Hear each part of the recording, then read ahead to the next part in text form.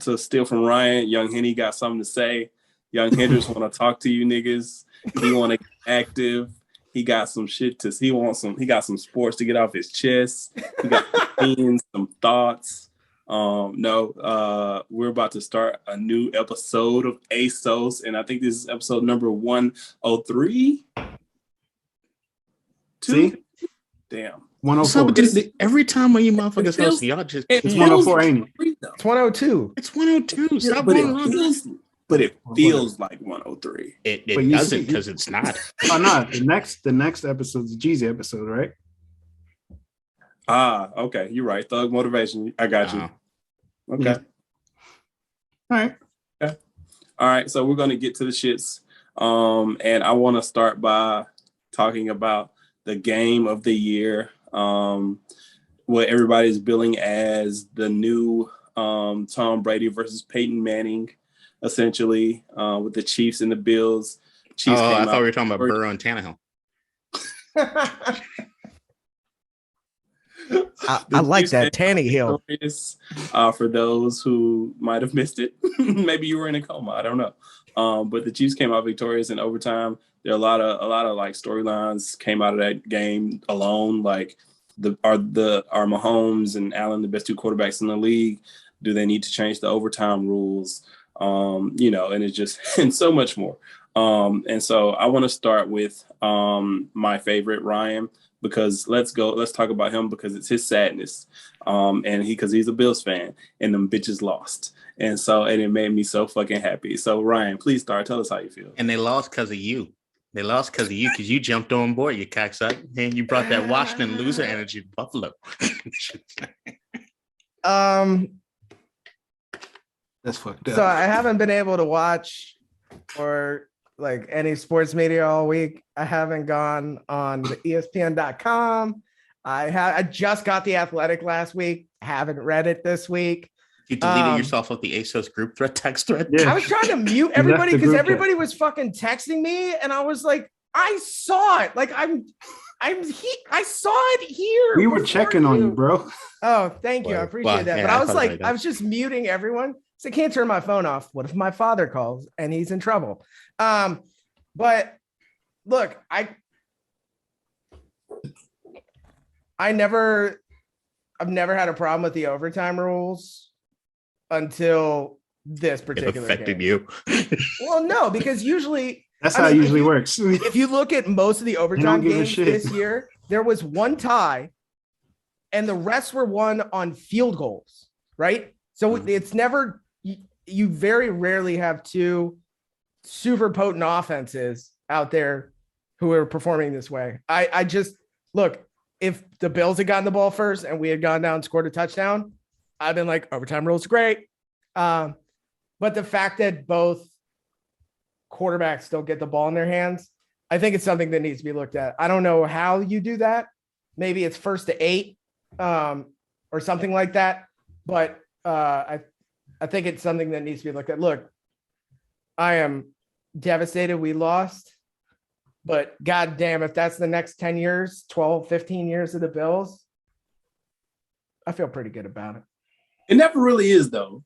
Like people always say, we say these statements, like, in all kinds of sports and baseball and basketball. The Warriors are going to run it for the next 5 or 10 years. No, I'm not saying we're going to run it, but I'm saying, I don't know. I'm just saying, like, it's not even going to be Bills Chiefs. Something will happen to one of the teams, like every other year. Like, oh, Kelsey's hurt. Oh, now he's 32. He's getting too old. He's not that good anymore. Oh, Tyreek Hill, he beat his child again. So he's not going to be able to play the season. Oh my God. Like, what, what I'm saying? Like, something's going to happen. That's not going to be the next 10 years. So I really think everybody should appreciate this. Though I do hope it is. I do hope it is. I do too. Look, the Bills are super young. Basically, everybody's young. I think some of the linemen are a little bit older. And it's tough to get really good offensive linemen, but we've been running with our 12th and 14th linemen for a couple games this year. But so are the Chiefs for the most part. I mean, Travis Kelce is how his name's actually pronounced.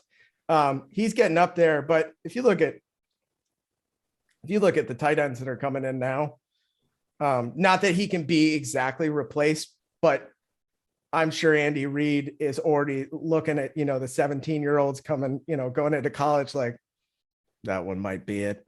Because he's got Patty for $500 million more, right? So look, I'm devastated we lost, but that was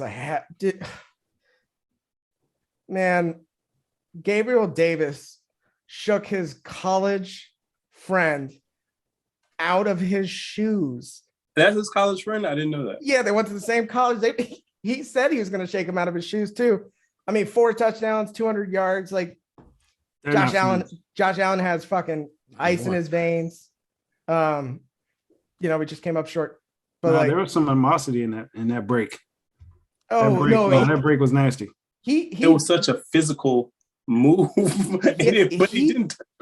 But he was supposed to be running the out, and he saw nobody was in the middle, so he's like, "Well, I guess I'll go this way." No, it was shades of DeAndre Hopkins on D'Angelo Hall. Like it was one of those. Look, I'm gonna hurt you. It's the first time I've experienced like in such a short period of time. I was like jumping up and down, screaming. I was like, "Oh my God, we're gonna lose!" Jumping up and down, screaming.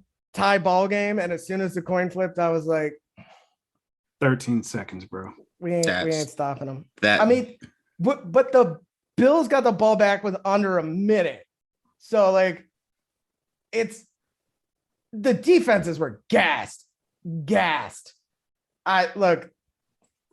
Yeah. Come back stronger next year, losing the AFC Championship again. That's a good way of looking at it. Like coming back stronger. That's my thing, though. Like I'm not talking about you, Ryan, but I saw a lot of Twitter conversation about it. Like, oh man, like they got to change the rules. The Bills were cheated, bitch. You had 13 seconds. Wait, the Bills were cheated. The fans were cheated.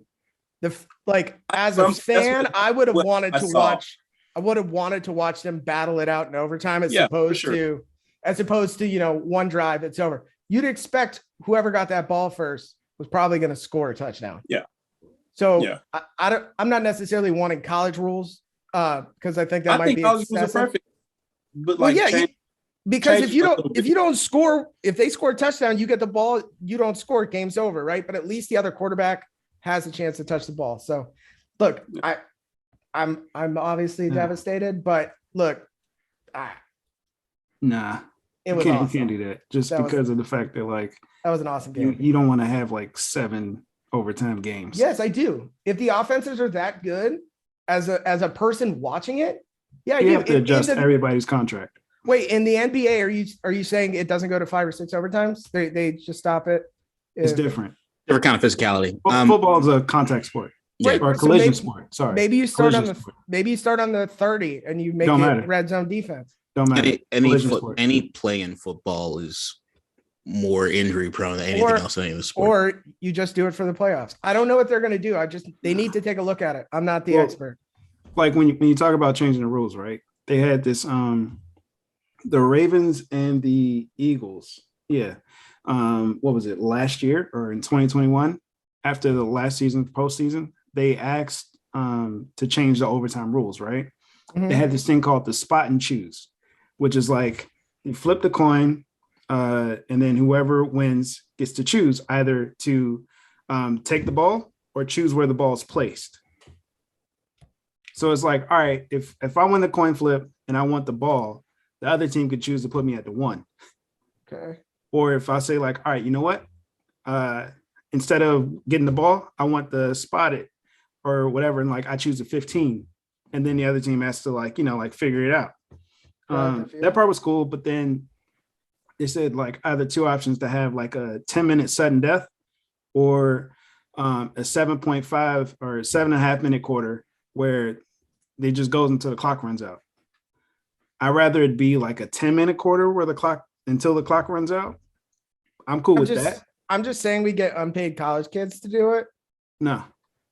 I'm not sure why you wouldn't want to see the pros do it. The only thing I have, the issue that I have with the college game, the same way that I have an issue with a lot of the ideas that are being floated. I was listening to Bill Simmons. Apparently the 81 Patriots had an idea that they floated way back when. It's the first time it's somebody really went for the adjustment overtime where it was the what was it? You start a drive and you go score, and the other team has to score within that amount of plays or less, which was interesting. It was probably one of the more interesting takes I saw on it, but I hate that all the overtime rules ends up feeling like it's like a mini game. Like it's almost like a like something you'd see at like a Pro Bowl, like mini game for the game, or some other bullshit thing where it's not just continuing to play the game that was being played. It's the same reason I'm kind of anti-kicking. It just feels diametrically opposed to everything that else we're doing in football. So I think that's my issue with it. I'm of the idea that I'd choose either 8 or 10 minutes. I'd much prefer 8 minutes. And you play an 8-minute session. At the end of the 8 minutes, if nobody scored or if the game is tied, you do another 8 minutes. But the idea to me is that kind of like with Washington earlier this season, where we had the very long drive that ate up a lot of time. I'm okay if your team can do that on offense and drive down the field methodically to waste all the time. I think you deserve to win that game, especially in that. I like all facets of the game kind of being involved to really determine who's going to win. I don't want to play something different at the end, because I just, to me, it's the skill set changes. It's the same way that like when people say the college football thing, the way you play defense amongst the entire field compared to the way you play defense in the red zone is different. And I want to see facets of all of it as we're going through. So that's the only thing that I have an issue with when it comes to a lot of the ideas there. First of all, Larry David said that it needs to be changed. So I don't know how you can argue that, man. I also saw an idea floated where to add to the coaching, a lot of teams defer the first half kickoff. Yep. So that they get the ball at half. But I heard a lot of ideas floated saying, well, if you choose to get the ball first at the beginning of the game, and then the other team gets it at half, the team who received first in the game will also receive it first in overtime. And I actually wanted a caveat there. I thought that the team that was going to get the ball in the second half should elect to choose, depending on how the game is flowing, that they can accept it there or they can defer for overtime, in the sense of you can kind of see how the game is flowing. If it's a back and forth, you got, or hey, we've been able to methodically run the ball down the field and get there, that we can do the long drive and not give them enough time to do it. Like it enters in this chess match that is football, but it's part of the game, right? Even a coin toss at the end of the day doesn't even feel all that great. Any coin toss doesn't really feel all that great to football itself. Like you just want them to determine what happens on the field by playing the sport. I'm not a huge fan of coin toss at the beginning of the game, period. I just don't like it always feels like, why are we playing this game of chance or this mini game in order to play the sport? It's just weird. Start with a duel. There was somebody else that said that instead of the coin toss in overtime, whoever scores the most touchdowns during the game actually gets to get the ball. Well, it would usually be the same. I think you increase home field. My thought is that in football, in my opinion, home field advantage should be you get to determine whether or not you get the ball first. That to me should be it, or the away team, whatever it is, we figure it out. And just have it be that. I don't get these little mini games that we play in order to play the sport. It just feels diametrically opposed to what it is we're doing with the sport. But beyond the overtime stuff, I would never use this game as an example for why the overtime rules need to be changed. As an example for everything. To me, the 13 seconds there at the end is one of those in one moment, you had a team earn a win and you had a team deserve to lose. I think both things happened with that drive there at the end with that 13 seconds, because there's no reason they should have been in position. No one went into that thinking that there was any chance. And the fact that they were backyard footballing it between Travis, do it, Kelsey, do it, Kelsey. That's moment of the year right there as far as a mic'd up moment. But it's just, they deserve to win. And at the end of the day, I get the pay. I'm the one that keeps saying it's a Manning Brady sort of thing. And a lot of people don't remember the Manning Brady thing wasn't as special in the playoffs as much as it was in the regular season. Anytime they met in the regular season, it was a fucking showdown, baby. That's what I'm looking forward to, is the wealth of quarterbacks that we're seeing. These two guys from a skill set standpoint that look like they're just a cut above the rest. I think Herbert's a sleeper just because of his body and the way he's built. But regardless, this game and the way that it was all situated, was amazing. It wasn't amazing. I refuse to say it's the greatest football game of all time because there were so many periods in that game where legitimately there wasn't necessarily good football being played, especially on the defensive side of things. But it was exciting. It was exciting. Yeah. It was the most dramatic game I might have ever seen. I mean, I'd still probably say 28-3, the Patriots Falcons thing was probably more dramatic from a sense of like if I was telling it or writing a story. But this, it didn't feel real.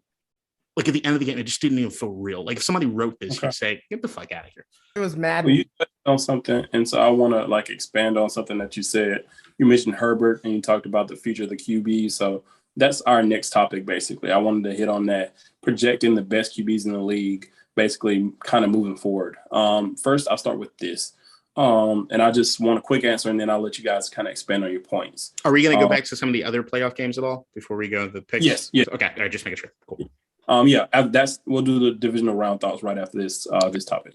And so I just want to ask you guys, this is a yes or no, or for you guys, and then we'll kind of dive deeper into it. Are Josh Allen and Patrick Mahomes the best two QBs in the league as of right now? No.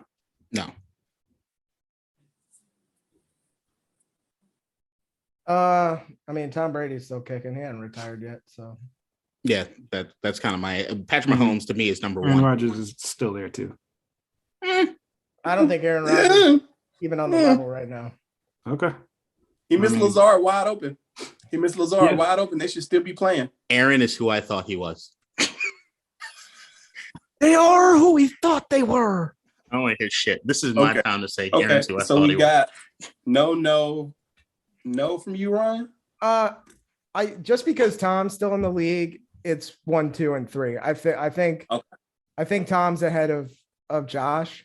But I mean it's close though, and like in terms of like NFL brain, Tom Brady is king, right? But I think brain skill, I think Mahomes is a little bit ahead, and I think Josh is just a little bit behind. So I think the way that I always look at it from a quarterback standpoint when we talk about like ranking stuff is that I always ask when people ask me to rank, are we talking about like what have you done over the course of your career if we're ranking, or are we power ranking in the sense of like, I mean, these are active quarterbacks. So my favorite thing is that if you tell me that I need to pick one of these quarterbacks for a season of football to win a championship, I need one of them to win a championship for me this year. Where do I rank them? Mahomes is my number 1. Brady's my number 2. Lamar might squeeze in above Josh Allen, but I think he's right there on the cusp. Like to me, just because of what Lamar, the other facets of the game that he brings, I think I could scheme the shit out of that and win a lot of games. But there's like a Josh Allen to me right now. It looks as though he's right at the precipice of being the guy that's like, okay, he's the anointed one again. Like he it's one of those things that like you're still waiting to see. All right, can you put together 2 or 3 complete seasons this way? This is the way you're doing it, and this is just what we can rely on you being. I think we're pretty much there, but I'd like to see one more season as far as very, very high quality play. You mean if I'm running like 75 yards a game and throwing for that's Josh, but that's the reason Josh Allen's that high for me, right? Is that running facet of the game, which is the same thing you called me out on last week when we were doing Lamar Jackson comparison to a certain degree. And you see he has 700 yards on the ground compared to what he's doing passing wise. Josh Allen to me, and I've made this comparison before, was Cam Newton-ish in the way that he plays the game. And I think because he's a white dude, they're allowing him to be in the pocket and do more things than what it is they were doing with Cam, just because I think that's naturally people just think, oh, he's black and he can run, let him do it, compared to the white guy where it's like. They didn't do that with Vic. Vic had a cannon. Vic, but all right, if you want to go into Vic history lesson, I can do that with the more I get it, or whatever. When you got time. I get it. But Josh Allen's skill set is insane. But the thing that people don't talk about, and the one aspect of Patrick Mahomes' game, which is why I think he's one, and he could even be a lot higher than he is right now, the dude can scramble. He just doesn't. Like, he can scramble like a motherfucker. He just chooses, I'm not going to do that. And it doesn't, it doesn't hurt. He's a littler guy. But here's the thing. But no, I've seen him. He wants to launch it downfield. That's the thing. He's having so much fun. He also has Tyreek just. Yeah. See, the thing is to me, if you had saying goodbye to his family or whatever. If Andy Reid said, "Hey, we're going to develop some of the rushing along with your passing," the ceiling for Patrick Mahomes is higher than I actually think we already see it being. I don't think we've seen the ceiling for Patrick, which is the scariest thing in the world to me. This is why I think he's so light years ahead of anybody.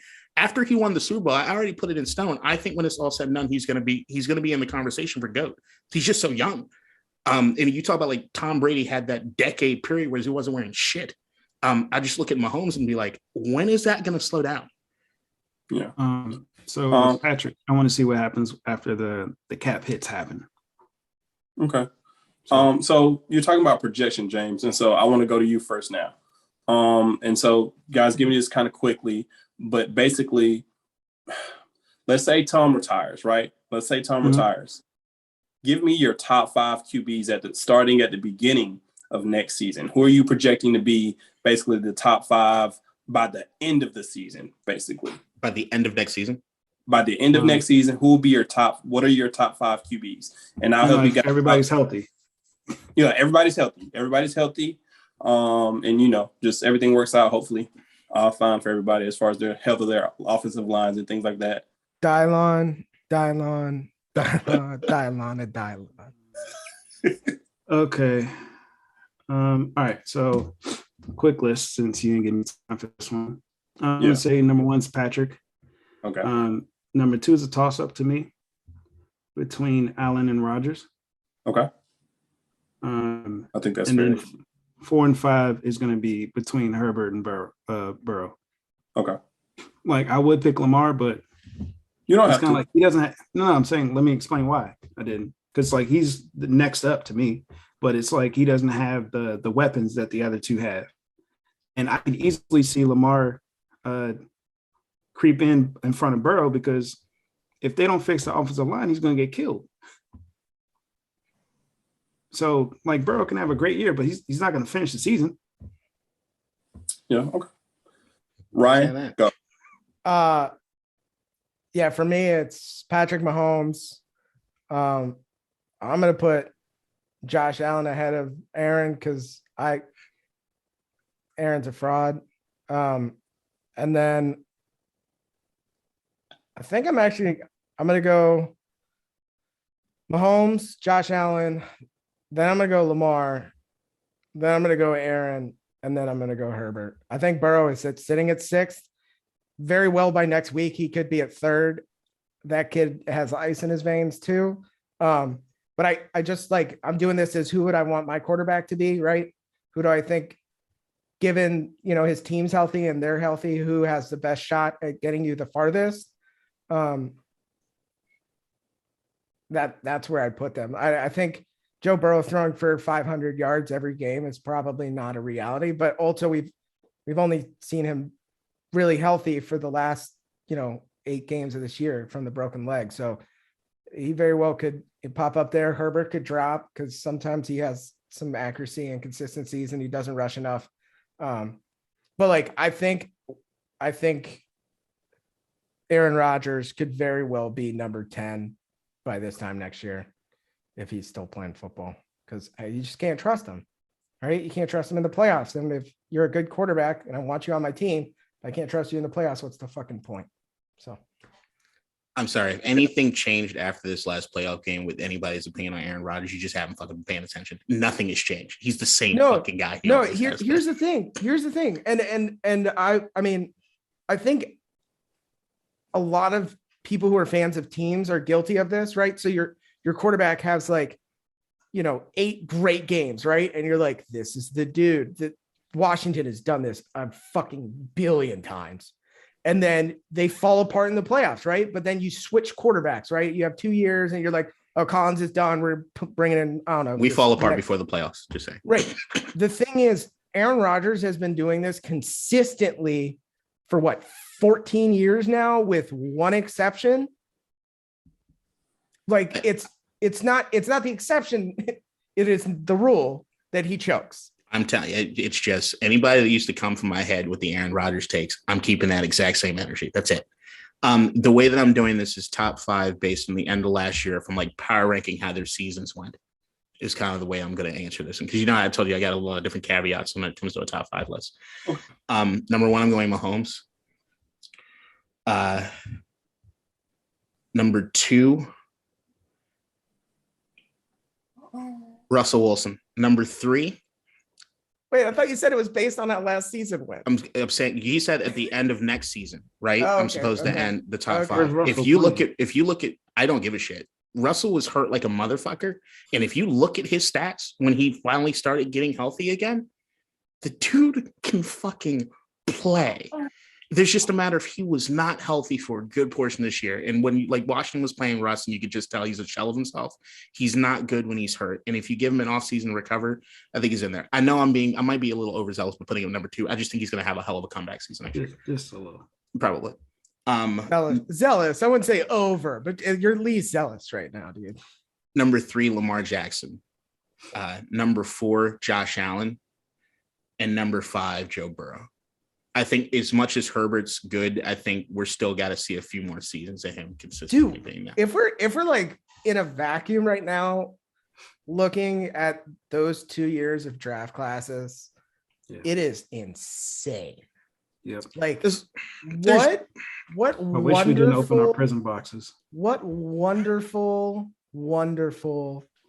quarterbacks we have growing up right now in the league. Because there's been some lulls, but like that 1-2 years period, my God. There's that, and there's also the rules helping the quarterback position as a whole in the way the game is changed. Yeah, I'm not saying, I'm just pure arm talent.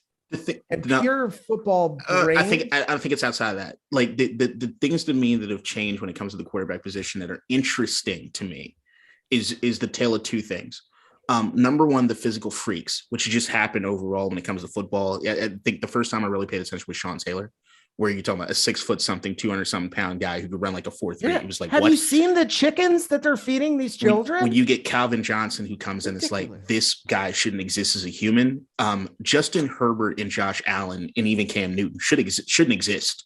The way that they can do things, it doesn't make any sense. They're all Norse. They're Vikings. The other part of it that I look at is the Kyler Murray of the NFL, which is that you had for decades. I've been a huge proponent of hiring fucking short quarterbacks. I think that it's been the dumbest thing that NFL teams have held on to for so long. It doesn't matter. I heard Doug Flutie say this once, and he's one of my favorite guys of all time, quarterbacks of all time. I've always been this height. Like I've played quarterback at this height and I still got it done. You know why? I move.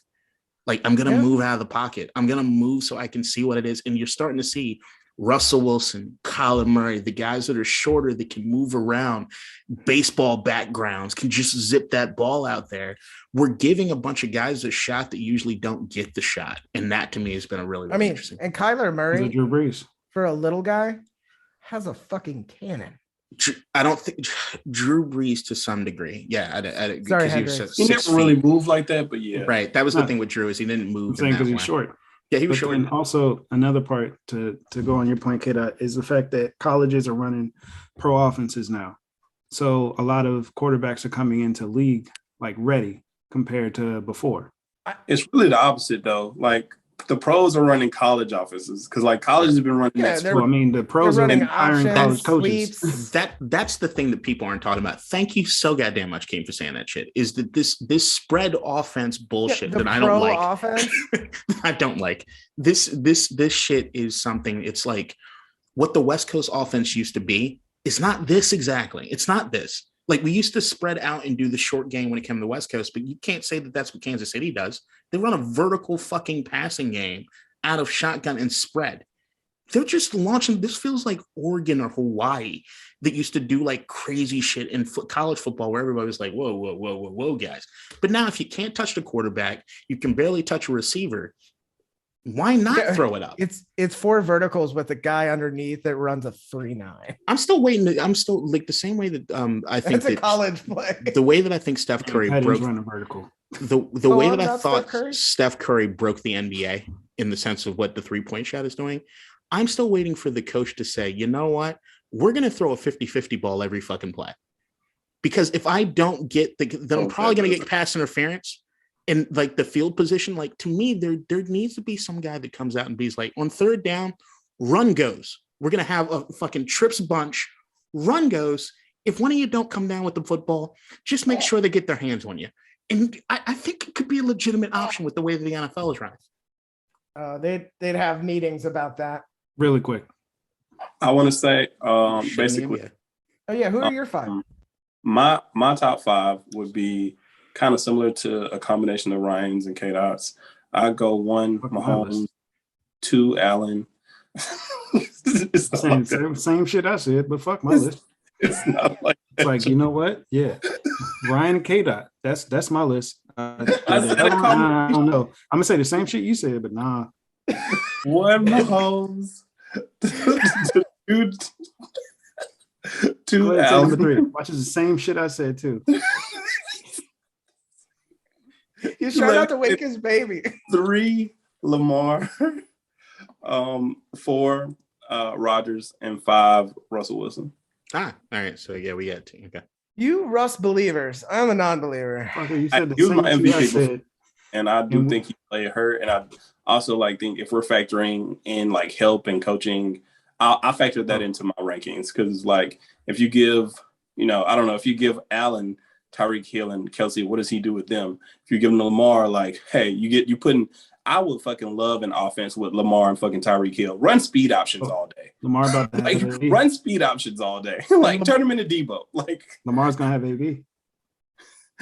Relax. Yeah, for 2 games. Relax. Until someone in Baltimore shoots him. I'll do that.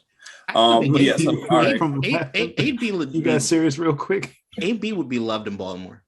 Oh, sure, but he'd say the wrong thing in the wrong place. But what I know we're kind of crunch for time, guys. So I want you guys to kind of talk about your NFL divisional round thoughts. And so I want to start with, I think we started with James last time. Let's start with K-Dot. All right.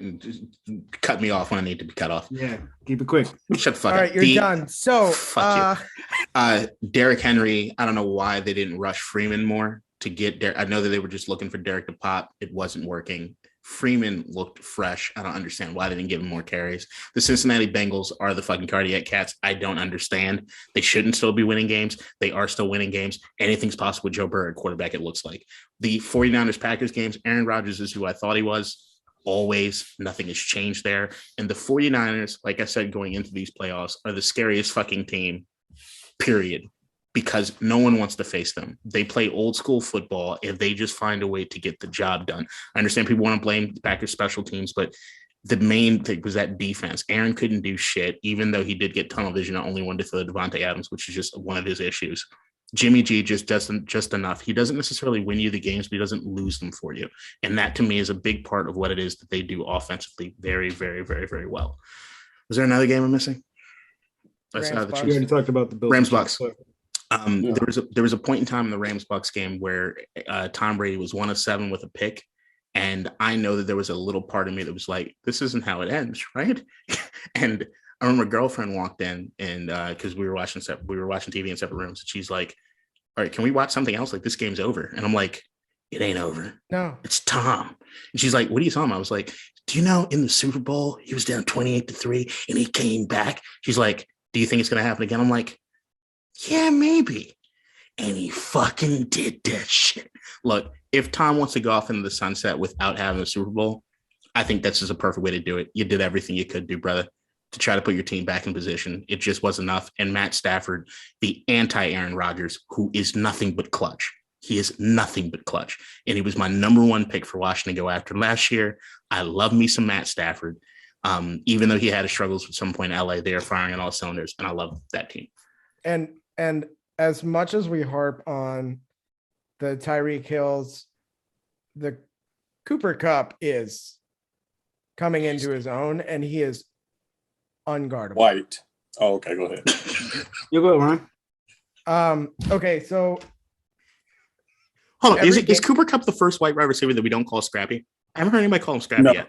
No, he's not Scrappy. First in modern times, yeah. Okay. No, they call him Slippery, which they have called white receivers before. Man, he's just slick out there. Danny Amendola got slippery. No, what's the word? What's the something speed? It's a unassuming speed or some shit like unassuming that. speed, or he's a real heady player. So the Bengals who I thought they were gonna scrap it out. The Niners game, I overestimated Aaron Rodgers and I underestimated. So Jimmy G almost ruined it again, but his team around him is good enough to lift him up. And after that, he game managed and he did a very good job. And that defense is scary. The Rams Bucks game, my father called me at halftime and he goes, "It's Tom Brady. He's not out of it, is he?" And I was like, no, I'm not turning this game off. I don't think Tom goes anywhere.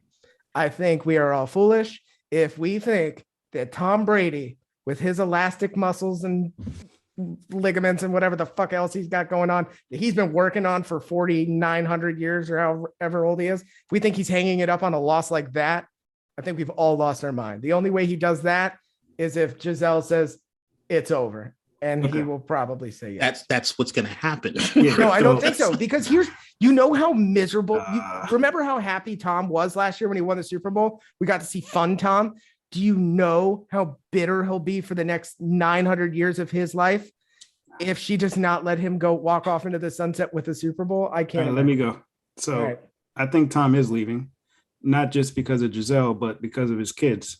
He has a 14-year-old son who's going into high school. A 12-year-old son, and then like a 9-year-old. He said it before that he wants to be around his kids. The most valuable thing you have in this world is time. And he's done everything you can do. And he gets to walk away with his body intact and be with his kids. You played football for 20 plus years. At a certain point in time, you don't want to miss these certain things with your family. Right. So I can see him walking off. But you can tell based on the shit that he says in his interviews since then. Here's my only caveat to that. There are certain advantages that come with being very wealthy. And one of those is, so unlike a lot of people who may, there are people who will retire early, right? And spend, the latter part of their kids' teen years at home with them, right? Doing all the parental things, which they would otherwise do, right? But you get home work at 8, your kid goes to bed at 11, you only get those couple hours. The advantage Tom Brady has is that when he decides to hang him up, whether it be this year, next year, the year after, he will have nothing but free time to spend with his family. Most people work until they're like 55. He's still going to be working. The production company that they had for I'm just saying, Man in the Arena. He doesn't. There's more to. I get it, but there's more coming. The only thing that I think about Tom, where if I'm him, I don't want Tom to retire. I really want him to come back. But Gronk looks like he's done. And if you really look at the Tampa Bay Buccaneers, do we think it's going to be easier next year? No. It's going to be tougher. It's going to be harder. Let me say my last point and then move on to that game. Because y'all had y'all shit with y'all games. All right. The rule is, as soon as you start thinking about retirement, you're done. He's already thinking about retirement. He's done. But the longer not at the quarterback position. There's not a quarterback that past the age of 35 that doesn't think about retirement. The longer that he takes, it seems a little bit more likely that he's going to come back, just because of the fact that you don't want to leave the Bucks hanging out to dry. I would say that. All right, James, I've been thinking about retirement all week, so I'm very close. All right, 49ers and Packers. Jimmy G is not that great. Aaron Rodgers wasn't at all that game. And the Packers special teams did give up a touchdown, correct? Blocked field goal and a touchdown.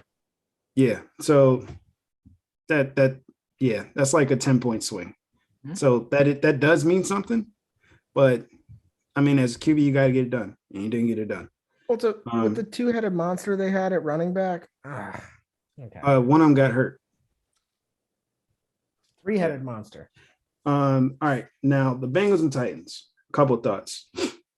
Joe Burrow is not going to last if he keeps getting sacked 9 times. And yeah, so they need to fix the offensive line. And then with the Titans, I think Russell Wilson's going to the Titans next year. There's no way that team keeps Ryan Tannehill. I feel so much better, but my put him number 2 now. And see, this is why we had. I'm gonna let you finish, James, because I want you to finish.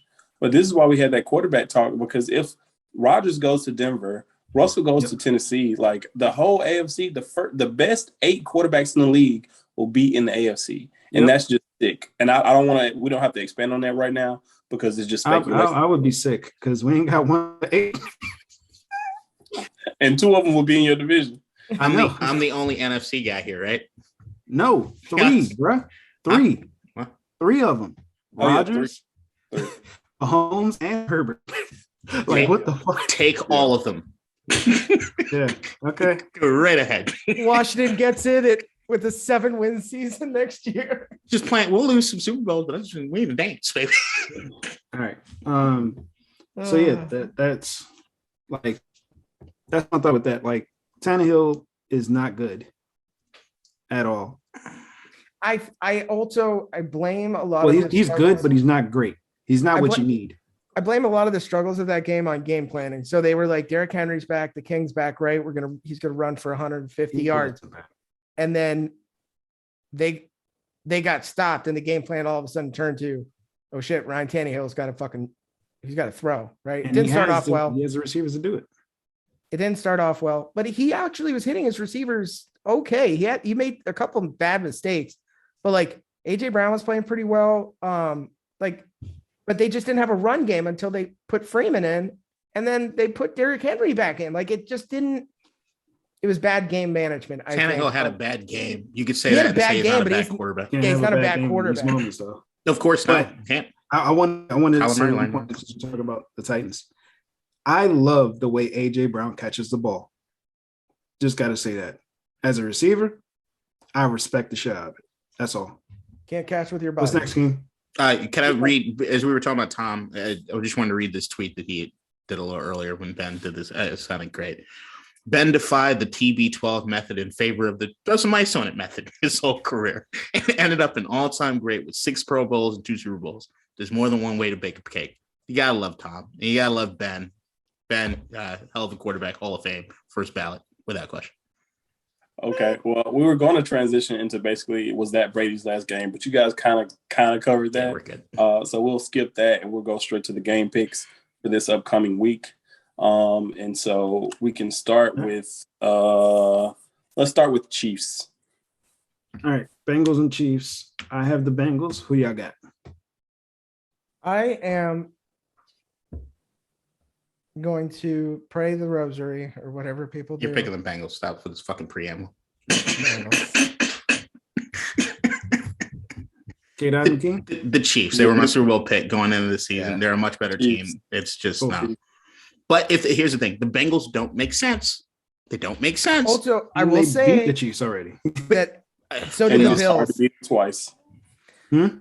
I will say that Joe Burrow is taking sacks much more graciously. He is seeing the pressure and then kind of folding. And I think that's kept him from a lot of pain that last game. He wasn't running into them. He was running away from them.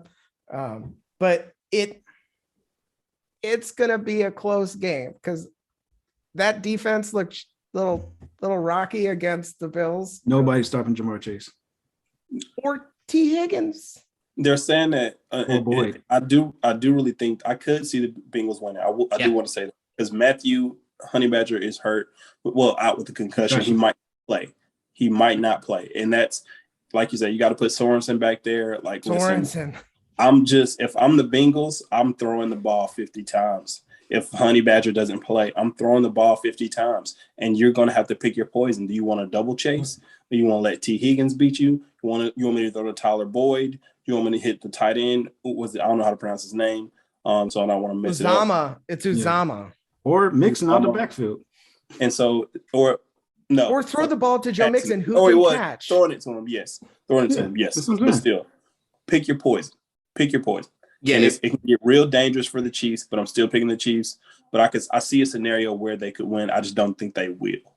Yeah, the thing with the scenario is like what they did the last time they played. Yeah. If somebody telling me like the Bengals jumped out to a 14-21-0, like they just threw, it was 360 plus yard passes, and all of a sudden before you blink, that's where Cincinnati's at. The only thing I look at is that there comes a point in time where you have to sustain a certain thing for a very long time throughout like a game. Like you really have to sustain it throughout a game. The same way that I felt about Tom Brady still being in control of that game, I only feel that way about one other quarterback in the NFL, and that's Patrick Mahomes. Is that I don't see a scenario in which, regardless of whatever the score is, the Kansas City can't get beyond that. And if I'm looking at teams going into this, I think Cincinnati has a lot more in common with San Francisco than they do with Kansas City, which is that they find a way to win the game.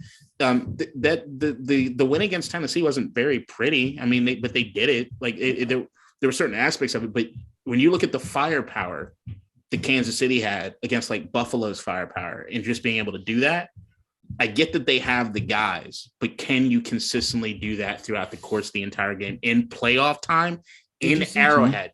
Did you see Joe Burrow's glasses? He sees the future. Joe's the dude, and I still think from an intangible standpoint, he probably is the best leader not named Tom Brady at the quarterback position in the NFL. And I say that knowing what it means. He's what Joe Burrow is maybe the second best leader of men in the NFL beyond Tom Brady from the quarterback position. As far as a dude that the other guys on the team say, I'm going to follow him wherever the fuck it is I need to go. I think a part of that with Cincinnati is how young they are. It helps in his benefit, but I just think that nothing. But I'm saying if you have a guy, he broke his leg.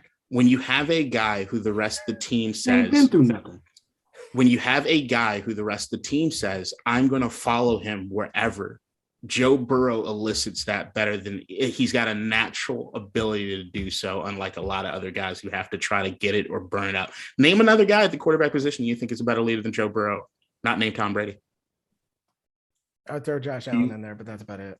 I would throw Lamar. I would throw Russell Wilson in there. I would throw Carr in there. I would throw Carr in there. Did nothing.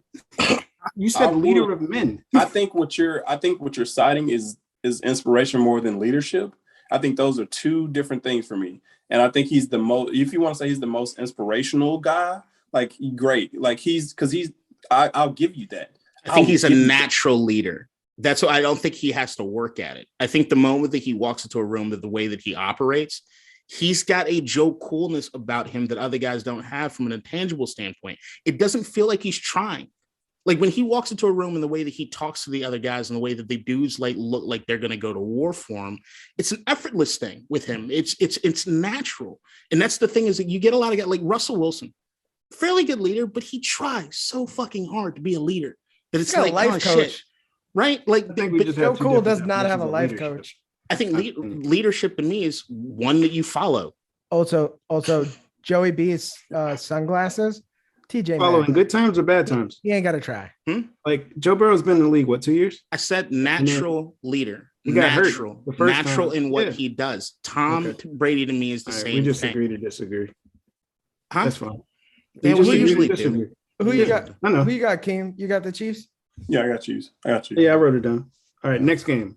Rams and 49ers. I have the Rams. Me too. Cool. I think this game, unless Shanahan, I think Bengals Chiefs will probably be close. It will be good, fun, but it'll be one of those close, but the end score won't be close. It'll be like 14 points, but it will be close for the majority of the game. Sure. And the Chiefs pull away at the end. But I think for Rams, 49ers, I don't think this game will be close. I think unless Shanahan pulls a Saban, which we talked about this last week, and pulls out Trey Lance and like does some sneaky, like some tricky stuff offensively, I don't think they can keep up with. I don't think they'll be able to score on that defense. Is my thing. Now they can run on them. They won't be able to pass, and that's just going to be the thing. Can you run, get stops in the red zone, things of that nature, or are you going to shut down the run and then make Jimmy pass? And then we know that he can't do that. They're gonna light his ass up. I think this is going to be a blowout, and I think it's going to be. I'm thinking like 31-10. Yeah. Yeah, I had some time to think about this because originally I was going to go Niners because it just feels like the Niners kind of Super Bowl. They're not giving up a whole lot of points, winning by 3, but always winning kind of, defense first, run the ball. Mhm. But I also believe in Tom Brady and they found a way, right? I think the Rams win by like 21. It's hard for me to imagine them covering Cooper Kupp, Odell Beckham Jr. against Matt Stafford's arm for that long. And then they can't score. So if they get down enough, you got Aaron Donald on the other side, literally going to eat your face, right? If you're down and he knows that you can't run the ball, Jimmy G is going to be back with his 39-year-old porn star girlfriend. And Vaughn. Like a lot. And Von Miller's there now. And after what he said recently, when he was like, when I come back and my kid asked me where I've been, he's like, I've been out winning a Super Bowl. That's a man on a mission. So, because his kids, I guess, to live back in Denver. So, yeah, I don't want to be. I don't think he's leaving without a Super Bowl. So, and then they also got Cam Akers back. So a lot of the pieces that Bumbleitis, you mean? He didn't have a great game. Bumbleitis. Oh, yeah. I mean, he almost gave that game away. But like, if you look at the Tampa Bay game, it wasn't. Tampa got a lot of what I would call luckier breaks towards the end. That had they not had those lucky breaks, that game would not have been close. And I think the Rams are going to shore that up against a team that won't be able to score on them, right? So it's like Cam Akers preseason. Well, he's worried about you broke up a little bit. I didn't hear. I'd say it's Cam Akers preseason. This game is the hardest game I've picked all year. I am. San Francisco's beat this team twice this year. And there was one team that did do the blowout 31-10 like you predicted, and it was San Francisco over fucking LA. So I'm just saying that, and Jimmy G did not have to throw the ball out. He threw the ball 17 times. It was 2 red zone touchdowns. They ran the ball. And this is also back then, that San Francisco team that did win that game was before they realized they could run Deebo Samuel out of the backfield. So they didn't even have that. They weren't using it. Like, I just think that when it comes down to it, I don't know if you guys saw it yet, but a couple of days ago, Sean McVay and Kyle Shanahan did like an hour-long conversation together with Peter Schrager. Hell of a thing. It was actually really entertaining. Mm-hmm. It's on YouTube. And Peter Schrager's like, my God, love that dude. Who's got an hour of free time? Jesus. It was worth doing. It was worth watching, especially when like doing it. And I got YouTube Premium, so I just have it in the background, just listening. But it was a lot of Washington football team shit because of what happened there. So I had to listen to that. And just made me angry about that goddamn team. But I think this is McVay's revenge game. I think McVay's pissed that he's lost twice to Kyle. I know that Kyle's also thinking, bitch, boy, you're still my bitch. Like, it's just there's so, like the way that in the interview he kept, it wasn't an interview, they're just talking because they're like interviewing each other. Sort of. It was like McVay was interviewing Kyle. And the way he was like, yeah, you were always the little wonder boy, right? The wonder kid. He says it with this disdain. Like, I can't wait to kick your fucking ass. There's a level to this game in which coin flip to me. I really do not know who's going to win this game. I do not know. Okay. This is aside from that. I just want to ask you, because you watch Succession, right, K-Dot? Mm. Does Shanahan not look like Kendall? Yes. Yeah, he's got some kind of, and look, if you told me that Mike Shanahan is like a skinny Logan, we don't think it's too far off. It's like But I will add to your point too. The Ringer did a good article. I haven't finished reading, but I started it about like the parallels of McVay and Shanahan. They both started in 2017. They both lost the Super Bowl. You know, they're both kind of wonder kids essentially. Yep. And it kind of talks about like how they revolutionized offenses. I think you should read it. It's a good. I'm going to. It's a good article. So. It's this game. Do you want to like put it in our like giant group chat thing so like the rest of us can like look at it? You came back? Yeah. All right, I got a question. Who y'all picking? James? Yeah, I ain't say it. So I'm picking the Rams solely based on all that about the Niners. No, I told you I think it's a legit toss-up, but I think the only reason I'm picking Stafford at this point is I think he's been on a bit of a roll recently, which makes me think that he can make one or two more throws that needs to happen. But I really think it's going to come to, I think Deebo Samuel, that hit he took at the end of the last game. I know they're not saying it's any injury risk or anything, but it looked like it hurt. And if he's not playing at 100% the entire way through, it's going to be a problem. But I don't think that anybody on that fucking LA team can tackle Deebo Samuel. I just want to put that out there. We all pick the Rams, and that means fuck it. Then that, you know what? Because that's the case. I mean, do I need to flip? No. I mean, if you want to, we can all have a discussion about how we were. I love both of these teams a lot, man. I love the Niners. I love the Niners. I hate the Niners. Yeah, I'll stick with it, but Lord, I'm not confident in that pick at all. I'm very confident.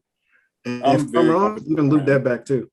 I feel like I've done a pretty good job predicting the playoffs overall. I think I've been kind of Johnny on the spot as far as like what's happening in the playoffs. But hey, does your shoulder hurt from patting yourself on the back? Jesus Christ! I know none of you cocksuckers are going to do it. So as James like to say, as James like to say, I'm going to give myself my flowers. Who's in first place?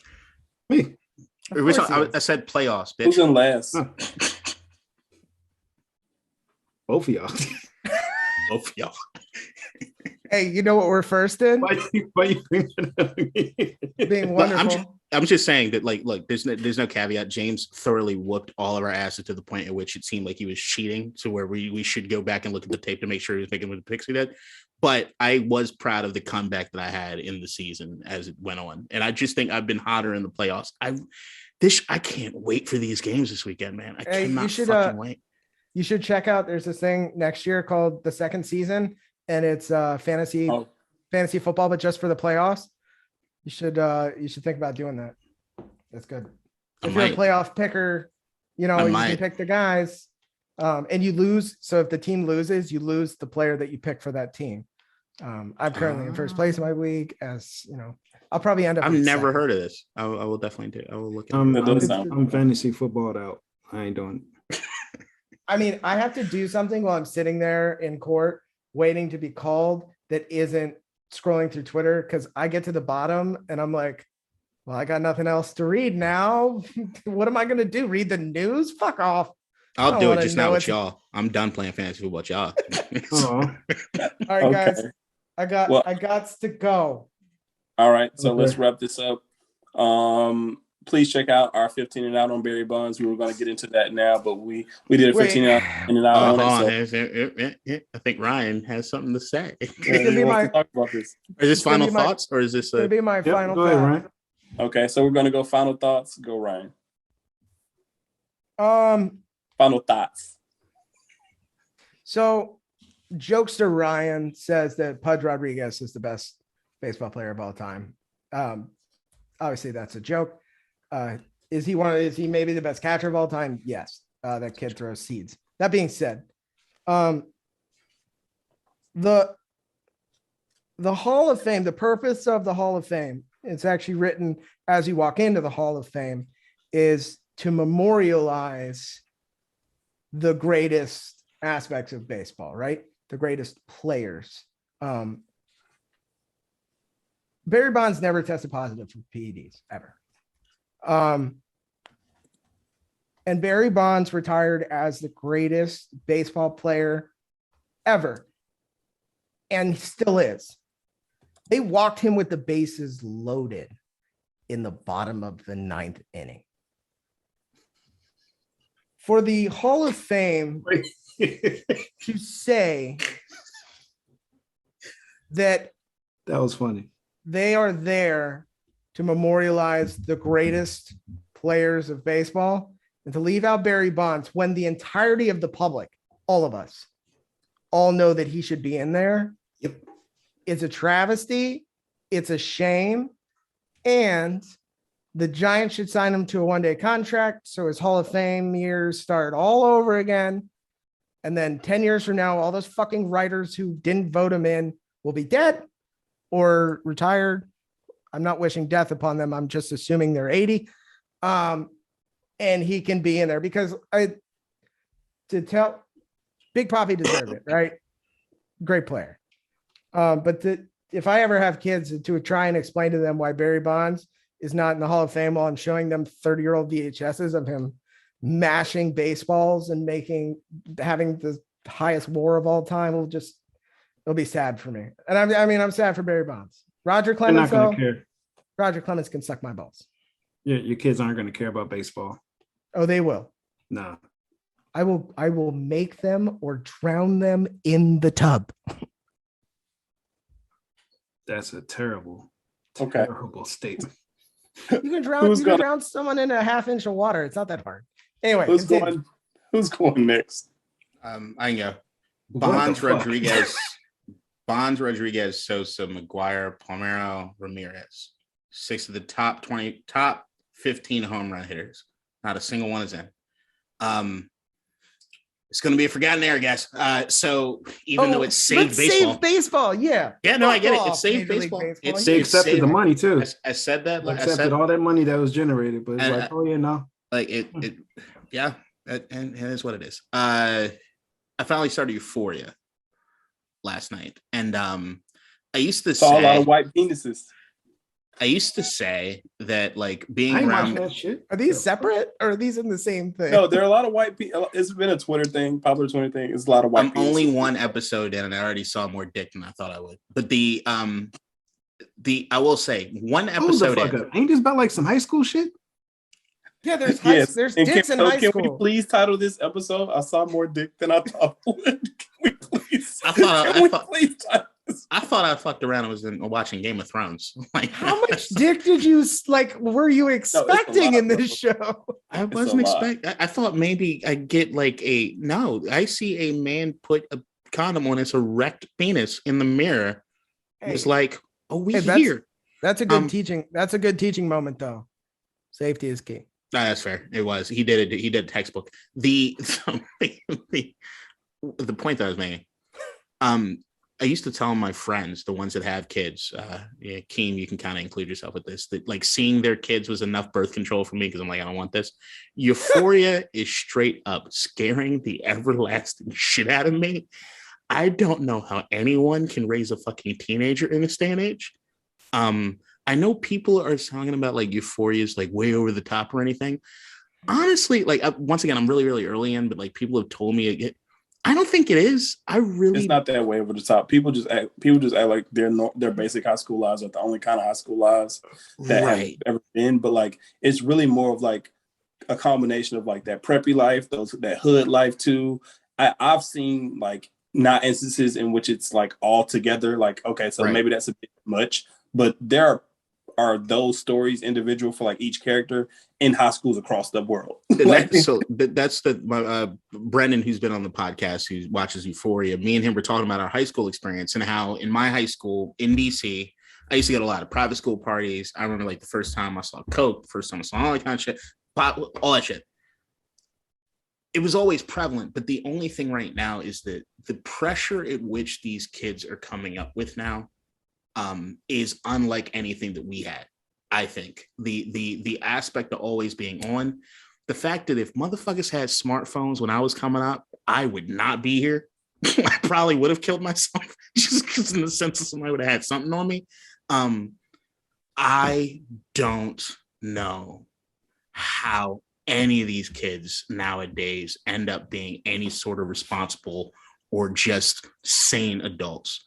And I think that if Euphoria does anything other than being the entertainment, don't let it be something that everybody just kind of, oh man, they're just being over the top. I think that there are some lessons to be made there, and there's some things that we need to change after watching it. The same way I always felt after watching Kids that came out in the 90s, the same way that people watched the movie 13 that I think came out in like 2003 with Evan Rachel Wood.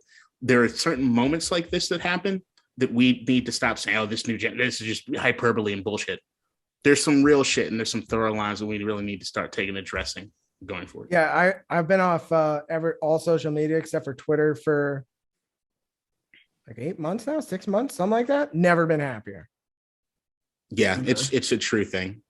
It's so relieving, right? I go on Twitter, I see people talk shit about sports, and then I'm done. I don't care what Mary bumfuck from high school did with her kids on Thursday. I don't care, right? And I don't have to put any emotion at all into that. The people who want to text me or who I want to see and talk to and know about their lives, I have their phone numbers, right? I talk to them, but it makes you more aware of what actually matters and what you're actually doing, as opposed to spending, an hour and a half flipping through somebody else's life. It doesn't make any sense to me, but I feel bad. I feel real bad for a lot of the kids nowadays, because it's like most of their life is in school and then after school. Remember AIM? That's what we had. Fucking AOL Instant Messenger, and we put up our little cryptic notes. Now people are taking videos of everything they do at 14 years old. That's fucking crazy. I used to be anti-texting because it required texting with thumbs, which I thought was like an inferior way of communicating. I thought it was just bullshit. But we're getting off the rails. Hang on. For Ryan's a little social dilemma bullshit. If you need help growing your Instagram or YouTube following, hire me. And Dean at DC360consulting.com. Yes, you can get these 14 and 16-year-olds. Hey, everybody needs to be popular. Right. Okay, and I can help you get it. Let me get my final thought off, and then I'll be done. Since y'all took an hour and a half, hey, you know what? I haven't got my phone. Rest in peace to Kobe and Gigi. It's been the 2-year anniversary a couple of days ago. A lot of pain and a lot of lessons I learned. So that's all I wanted to say. I'm gonna keep it quick. Yep. My final thought was the same. Obviously, Kobe, Mamba mentality. It's a big thing in his household, especially for this one. And so I just want to say, rest in peace to Kobe and Gigi, and to all the other, people who passed in that crash, and condolences still, even now, it's 2 years later, to their families and everything. So it doesn't feel like it's been 2 years, but man, it has. So, dude, it was right before COVID, and that's how you knew the year was gonna not be a great one. I will have to, just one more thing, because I read this for the first time, I think yesterday. Someone shared a tweet that Kobe had posted after one of his daughter's basketball games, and it was like, last year they beat us 21-17. This year, and this is the score this year, and it's the whole team, and I think they won 28-21.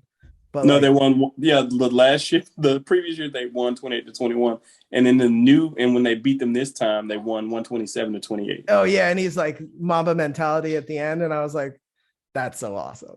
Like the Kobe that we saw on the court, and then the Kobe as a dad were just two different people, but like there are little things in there that were the same. Like, we're gonna be the best. You guys are gonna be the best, and then he did that. So one last point. I was listening to an interview that he did, and he was talking about how when he was playing, his teammates would be like, "Kobe's not going out with us. What is he doing?" And he'd be like sitting there like writing, and he's like, "Yeah, I don't just retire and then go like win a Tony Oscar, one of them." Tony, I think. Yeah, he's like, I don't just retire and like make this film and win this. Like, I've been practicing for like 15 years. I know, but you know what I mean? Like, I think it was an Oscar. It's got to be an Oscar. Was it an Oscar? Tony. I think it was an Oscar. Tony's on stage. Okay, yeah. So an Oscar. He's like, yeah. Like, he's like, yeah, I've been working at this for forever. So, yeah, that's just another example of how great he was. And it's a reminder that things don't happen overnight. Put in the work, good things will likely happen. So never give up. Life's short. If you didn't know now, you know, because I told you. Peace, people.